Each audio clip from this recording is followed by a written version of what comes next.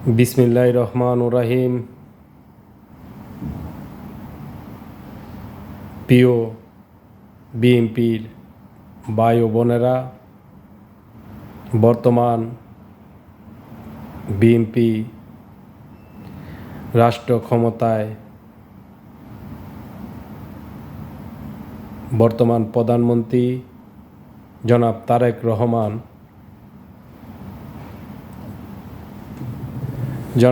রহমান ও BNP নীতি নির্ধারক যত নেতৃবৃন্দ আছে, সিনিয়র নেতা,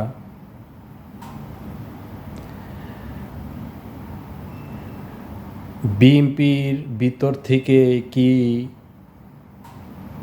1,50,000 সোশ্যাল মিডিয়ায় অ্যাক্টিভ রাখার কোনো মানুষ নাই? আজকে জামাত, এনসিপি তারা 1.5-2 লক্ষ ভুয়া সোশ্যাল মিডিয়ায় আইডি তৈরি করে প্রচারণা চালাচ্ছে, বিভিন্ন উস্কানিমূলক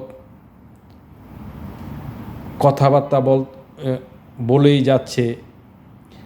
এগুলা আমি দেখলাম না যে সোশ্যাল মিডিয়ায় এসে একজন বিএনপির নেতা, একজন বিএনপির কর্মী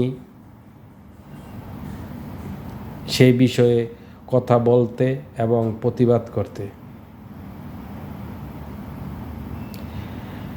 তবে বিএনপির ভাই ব্রাদার যারা আছেন, বর্তমান ক্ষমতায় বিএনপি, আপনারা খুব সতর্কভাবে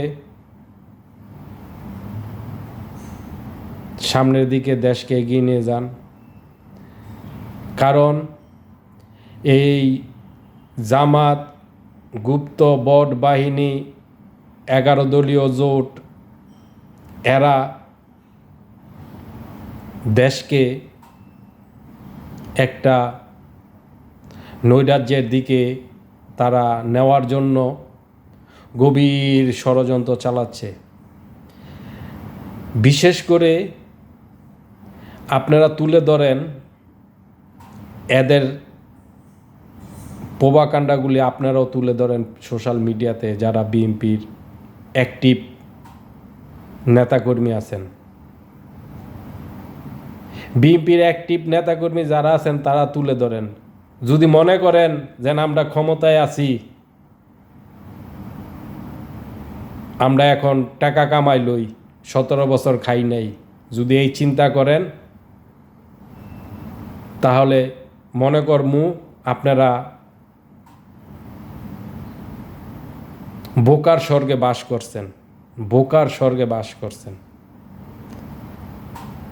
যদি মনে করে থাকেন যে 17 বছর খাই নাই, এখন খামু, সাথে রাখিয়া রে চুপচাপ থাকি, কিন্তু আপনার সাথে যে থাকবে সে কিন্তু আপনার থেকে বেশি অ্যাক্টিভ। সে কিন্তু বসে নাই আপনার বিরুদ্ধে রাস্তা নামার জন্য, সে বসে নাই। তো অতএব এখনো সময়, মাত্র হয়েছে 3 মাস, 3 মাসের একটু বেশি। তো এখন থেকে সতর্ক হন। এবং এই যে বাংলাদেশে যেই হারে ধর্ষণ হচ্ছে, এইগুলার পিছনেও এই গুপ্তদের কোনো না কোনো ইন্ধন আছে। তো অতএব খুব দ্রুত এই ধর্ষণ হত্যার বিচারগুলা